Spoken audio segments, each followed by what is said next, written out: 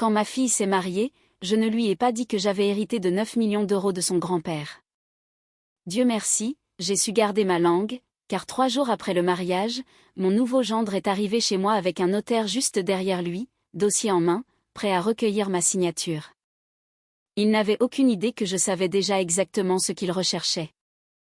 Je m'appelle Françoise Coleman. J'ai 61 ans.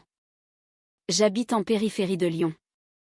Jusqu'à il y a quelques mois, j'étais juste une professeure de technologie à la retraite qui passait ses matinées à retaper une vieille camionnette dans son garage. Personne ne se retournait sur mon passage au magasin de bricolage. Personne ne savait ce qui dormait tranquillement sur un compte bancaire à mon nom. Et c'est exactement comme ça que je voulais que les choses restent. Installez-vous confortablement, car cette histoire va vous emmener là où vous ne vous y attendez pas. Si vous êtes nouveau ici, abonnez-vous, laissez un commentaire et dites-moi d'où vous me regardez, car croyez-moi, vous ne voulez pas manquer la fin. Mon père s'appelait William, et pendant la majeure partie de ma vie, il a été plus un étranger qu'un père. Il a bâti une entreprise de négoce d'acier à partir de rien dans les années 70. À l'époque où j'étais au lycée, il avait des camions qui circulaient dans toute la région et une grande villa sur les hauteurs qui dominait tout le monde. Il voulait que je reprenne l'entreprise un jour. Moi, je voulais apprendre aux enfants à utiliser une scie circulaire et à lire un plan. Il ne m'a jamais pardonné. Nous avons eu une violente dispute à ce sujet quand j'avais 24 ans, et après cela, nous nous sommes éloignés. Des cartes de vœux, un coup de fil 2 fois par an, rien de plus. Je me suis mariée, j'ai eu ma fille Émilie, j'ai bâti une vie calme et normale avec un salaire d'enseignante, et mon père a construit son empire à 2 heures de là, sans moi. Il n'a vu Émilie qu'une poignée de fois. Il envoyait un chèque pour son anniversaire chaque année, et rien d'autre. J'avais l'habitude de me dire que cela m'était égal. C'était un mensonge que j'avais appris à bien raconter. Puis, un mardi matin de mars, j'ai reçu un appel d'un cabinet d'avocats lyonnais. Mon père était décédé dans son sommeil à 84 ans. Le cœur. Pas d'avertissement, pas de douleur, selon le médecin. Je suis restée longtemps dans ma cuisine avec le téléphone à la main après l'appel. Je ne savais pas ce que j'étais censée ressentir pour un homme que je connaissais à peine. La tristesse est arrivée finalement, mais une curiosité lourde et étrange est apparue aussi. Qu'allait-il se passer maintenant ? Je ne savais pas encore que le mardi suivant allait changer toute ma vie. La lecture du testament a eu lieu 8 jours plus tard dans un petit bureau au centre-ville, avec des boiseries sombres et un notaire, Maître Davis, qui connaissait mon père depuis 30 ans. Je m'attendais peut-être à quelques vieux meubles ou quelques caisses d'outils. Je ne m'attendais pas à ce que Maître Davis fasse glisser un dossier sur la table pour m'annoncer que mon père m'avait légué la totalité de sa fortune. La maison, les parts restantes de l'entreprise qu'il avait vendue 2 ans plus tôt, les comptes d'investissement, tout. Une fois tout réglé et les droits de succession acquittés, le notaire a prononcé le chiffre doucement, comme s'il me tendait un câble électrique sous tension, un peu plus de 9 millions d'euros. Je me souviens que la pièce est devenue complètement silencieuse, mis à part le tic-tac d'une horloge derrière moi. Je lui ai demandé 2 fois de répéter, non pas parce que je n'avais pas entendu, mais parce que mon cerveau refusait d'accepter la nouvelle la première fois. Il m'a dit qu'il y avait aussi une lettre, manuscrite, scellée, juste pour moi. Je ne l'ai pas ouverte dans ce bureau. Je l'ai glissée dans ma poche et j'ai conduit jusqu'à la maison en silence, les 2 mains sur le volant, comme si la voiture pouvait basculer si je ne faisais pas attention. Cette nuit-là, assise seule à ma table de cuisine, j'ai pris une décision qui allait façonner tout ce qui suivrait. Je ne dirai rien à personne. Ni à mon ex-mari, ni à mes amis, et surtout pas à Émilie, qui était à 3 mois de son mariage. Je me suis dit que c'était temporaire, que j'avais juste besoin de temps pour réfléchir avant que l'argent ne change le regard des gens sur moi. Je ne savais pas encore à quel point cet instinct était fondé. Émilie fréquentait un homme nommé Tyler depuis près de 2 ans. Tyler avait 29 ans, travaillait dans ce qu'il appelait le développement commercial, ce qui, autant que je puisse en juger, signifiait qu'il vendait quelque chose à quelqu'un, sans jamais expliquer exactement quoi. Il était poli, soigné, avec une poignée de main ferme, toujours en train de complimenter ma camionnette ou mon garage. Le genre de charme qui fonctionne très bien pendant 5 minutes, mais qui s'étiole après 1 heure. Émilie était folle amoureuse, et je voulais être heureuse pour elle. J'ai vraiment essayé. Mais il y avait quelque chose dans la façon dont Tyler posait des questions qui me dérangeait. Au début, bien avant que je ne connaisse l'héritage, il m'a demandé, presque par hasard en buvant une bière sur ma terrasse, si mon père et moi étions proches et si nous parlions d'argent familial. Je me souviens en avoir ri, lui disant que mon père et moi nous parlions à peine. Il a hoché la tête lentement, mais j'ai remarqué qu'il a reposé la question un mois plus tard, déguisé en question sur le fond d'études d'Émilie.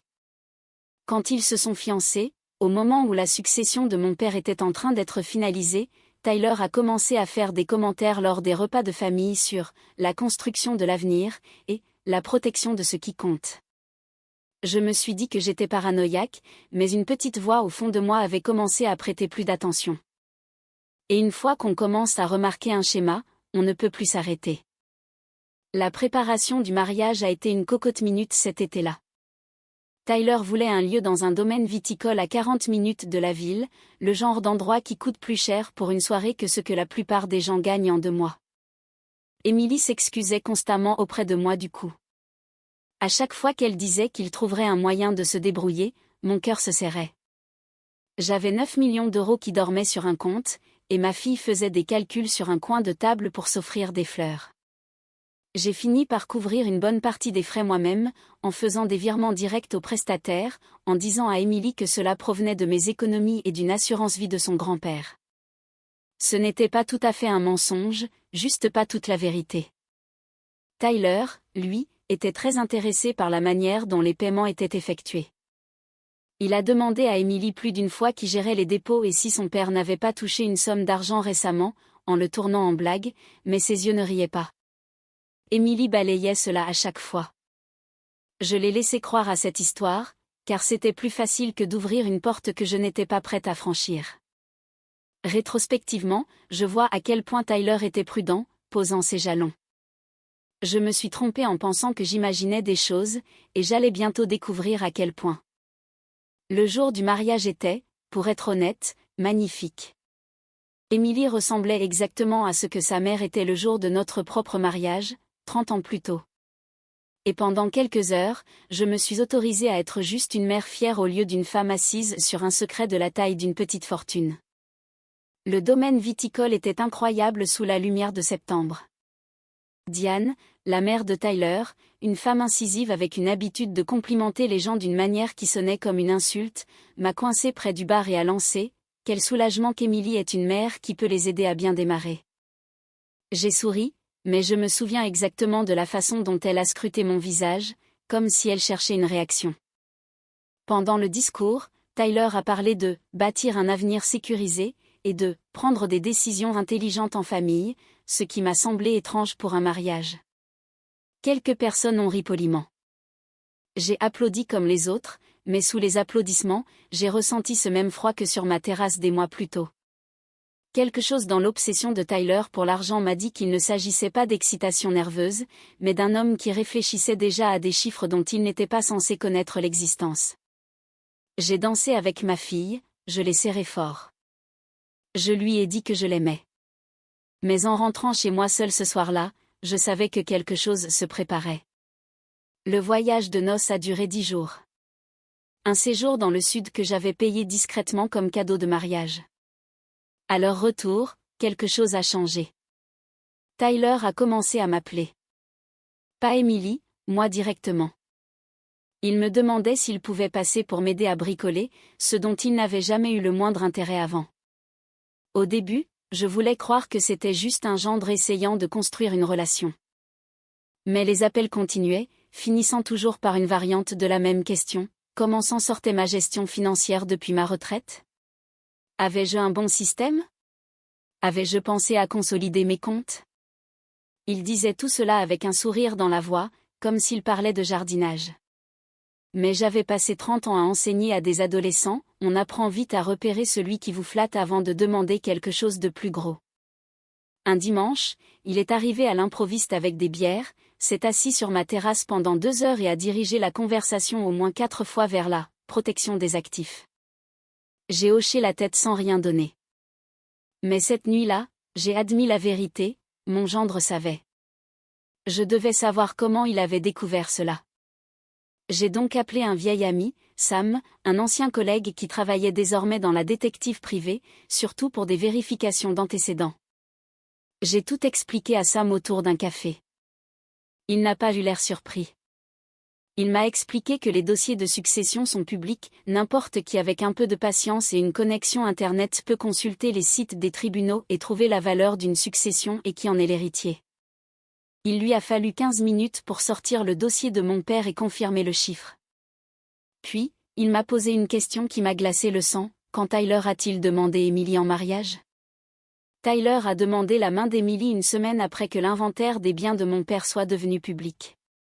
Sam m'a regardé, Françoise, tu dois te demander si cette histoire a jamais concerné ta fille. Je ne voulais pas le croire. Je me disais que c'était une coïncidence. Mais Sam avait raison. Il fallait des preuves. Il lui a fallu 2 semaines pour les trouver. Ce n'était pas seulement inconfortable, c'était un scénario classique. Tyler avait été fiancé 4 ans plus tôt à une femme dont la famille possédait une chaîne de pressing dans 3 départements. Ses fiançailles avaient pris fin 8 mois après, au moment précis où le père de la jeune femme avait vendu son entreprise et que l'argent n'avait pas coulé comme Tyler l'espérait.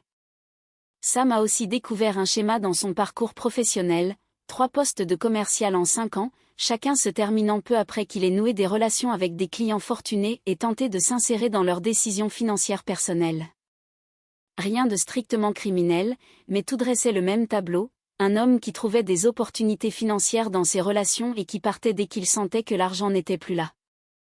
Je suis resté longtemps dans mon garage avec ce dossier. Je n'étais pas encore en colère, je me préparais. J'ai décidé de ne rien dire à Emily tout de suite. 3 semaines après le retour du voyage de noces, Tyler m'a appelé pour dire qu'il voulait passer avec des documents importants. Quand il est arrivé samedi matin, il était accompagné d'une femme qu'il a présentée comme Karen, une notaire travaillant avec son entreprise. Tyler s'est assis à ma table de cuisine et a poussé le dossier vers moi avec un sourire qui n'atteignait pas ses yeux. Il l'a présenté comme un plan de protection familiale, recommandé par son conseiller financier, un document me permettant de le désigner comme contact autorisé secondaire sur certains comptes en cas de problème. Il a même évoqué la mort soudaine de mon père pour justifier cela par la sollicitude. Karen, la notaire, attendait une signature qui aurait donné à mon gendre un accès légal à un argent dont il n'était même pas censé connaître l'existence. J'ai regardé ce dossier, puis j'ai levé les yeux vers Tyler et je lui ai demandé calmement s'il voulait savoir comment j'avais découvert l'histoire de sa précédente fiancée.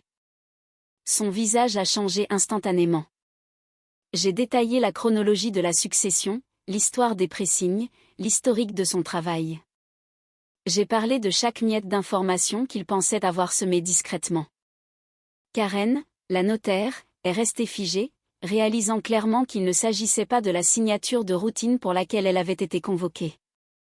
Tyler a essayé de se justifier, disant que je comprenais mal, qu'il s'agissait purement de sécurité familiale. Je l'ai laissé parler 1 minute, puis j'ai repoussé le dossier fermé, non signé, vers lui. Je lui ai dit qu'Emily allait entendre chaque mot de cette conversation avant la fin de la semaine. La notaire est partie presque immédiatement, ne voulant faire partie de rien de tout cela.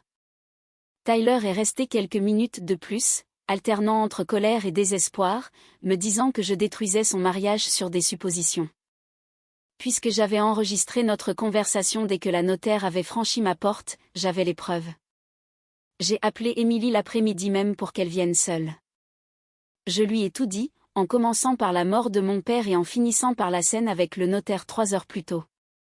Emily est restée parfaitement immobile pendant que je parlais. Je lui ai expliqué pour les 9 millions d'euros. Elle a accusé le coup, demandant pourquoi je ne lui avais pas dit plus tôt. Je lui ai expliqué honnêtement que j'avais peur que l'argent change le regard des gens, et que je ne voulais pas que cela entache son mariage. Elle a fini par hocher la tête, comprenant la situation.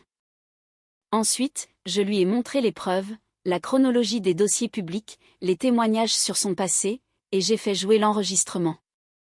Emily a écouté Tyler s'expliquer à une notaire sans même m'avoir consulté au préalable. Quand elle a pris la parole, sa voix était étonnamment ferme. Il m'a demandé 2 fois le mois dernier si tu avais mentionné un changement dans ton testament. Elle m'a remercié pour ma franchise et m'a demandé tous les documents pour aller confronter son mari seul, chez elle. Je n'ai pas eu de nouvelles pendant 2 jours. Quand elle a enfin appelé, sa voix était épuisée mais claire. La conversation avec Tyler avait été désastreuse. Il a tout nié au début, puis a basculé dans l'accusation, me traitant de manipulatrice. Emily lui a répondu avec lucidité. Elle m'a dit qu'elle avait besoin d'espace, avait fait sa valise et s'était installée chez une amie. 3 semaines plus tard, Emily a demandé l'annulation du mariage.